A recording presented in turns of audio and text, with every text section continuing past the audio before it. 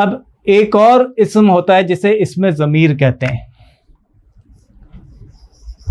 इसमें ज़मीर। इसमें ज़मीर क्या होता है पता है?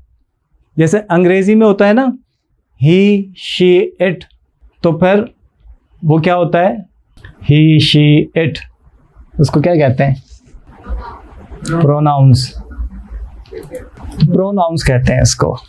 इसको इरेज कर देता हूँ और जल्दी से हम इसमें ज़मीर समझ लेंगे, तो फिर हमें बाकी जो मैंने कहा था ना कि रज़ी अल्लाह अन्हु, रज़ी अल्लाह अन्हा, वो हमें समझना है कि किसके साथ रज़ी अल्लाह अन्हु लगेगा, किसके साथ रज़ी अल्लाह अन्हा लगेगा। इसी तरह से और भी जो अनहुमा, अनहुम, ये किस तरह से लगेगा। तो चलें इसमें ज़मीर समझते हैं।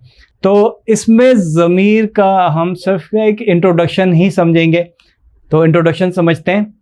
देखिए इसमें ज़मीर क्या होता है कि वो लफ्ज़ जो किसी इस्म की जगह, किसी नाउन की जगह इस्तेमाल हो, उसे इसमें ज़मीर कहते हैं। जैसा देखा ना कि ही, शी, इट, और ही, शी, इट हम इसको क्या कहते हैं?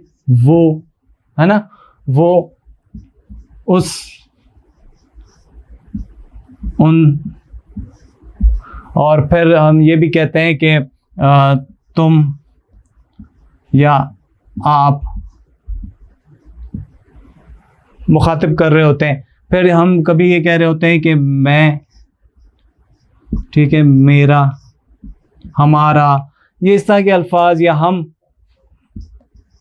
हमारा, इस तरह के अल्फाज हम इस्तेमाल कर रहे होते हैं जिसमें कोई नाम नहीं आ रहा, कोई पर्टिकुलर नाउन नहीं आ रहा। तो ये क्या कहलाते हैं? ये इसमें ज़मीर कहलाते हैं।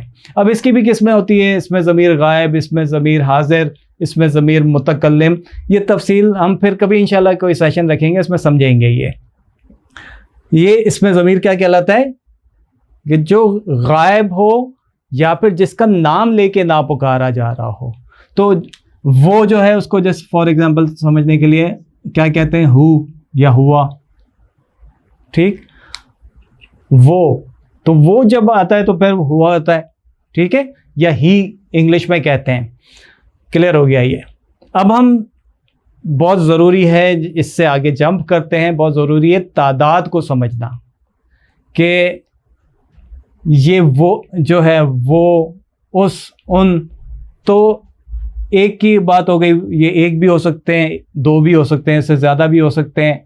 उस, तो ये एक होगा, उन, ये प्लूरल होंगे, जमा होंगे, तुम ज़्यादा भी हो सकते हैं, सिंगल भी हो सकते हैं। हम तादाद को समझते हैं कि ये तादाद होती क्या है, और अरबी में तादाद को कैसे समझते हैं, जिसको हम कहते हैं ना सिंगुलर, प्लूरल, वाहिद, जमा। उर्दू ज़ुबान में भी ना एक के लिए हम क्या, कौन सा लफ्ज़ इस्तेमाल करते हैं? एक के लिए वाहिद, ठीक है, यानी वाहिद और जमा। ये क्या होगा? एक, सिंगल, सिंगुलर। और ये क्या होगा? दो या दो से ज़्यादा, ठीक है। इसी तरह से इसको क्या इंग्लिश में क्या कहेंगे? सिंगुलर। और ये सिंगुलर, प्लूरल, ये स्पेलिंग होती है ना, स्पेलिंग चेक करते रहना। अच्छा, तो एक वाहिद हो जाएगा और दो या दो से ज़्यादा। फॉर एग्जाम्पल मैं लिखता हूँ कि वाहिद में अगर मैं लिखता हूँ कि एक मर्द, मर्द, तो ये क्या है? वाहिद।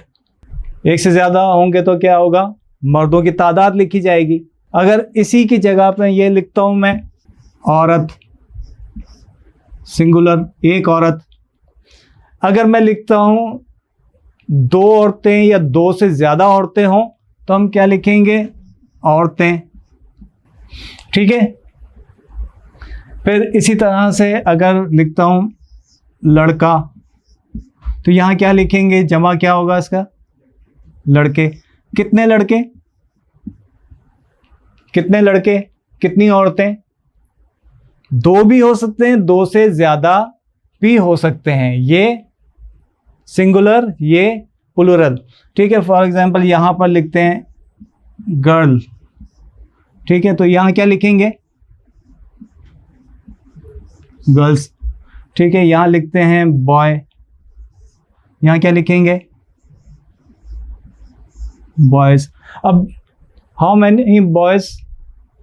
टू और मोर, यानी दो या दो से ज्यादा हो सकते हैं। दो होंगे तो भी हम बॉयज लिखेंगे, दो लड़कियां होंगी तो भी गर्ल्स लिखेंगे, दो औरतें होंगी तो भी औरतें लिखेंगे, दो लड़के होंगे तो भी लड़के लिखेंगे, तीन लड़के होंगे, 1000 लड़के होंगे तो भी लड़के लिखेंगे, है ना? दो या दो से ज्यादा।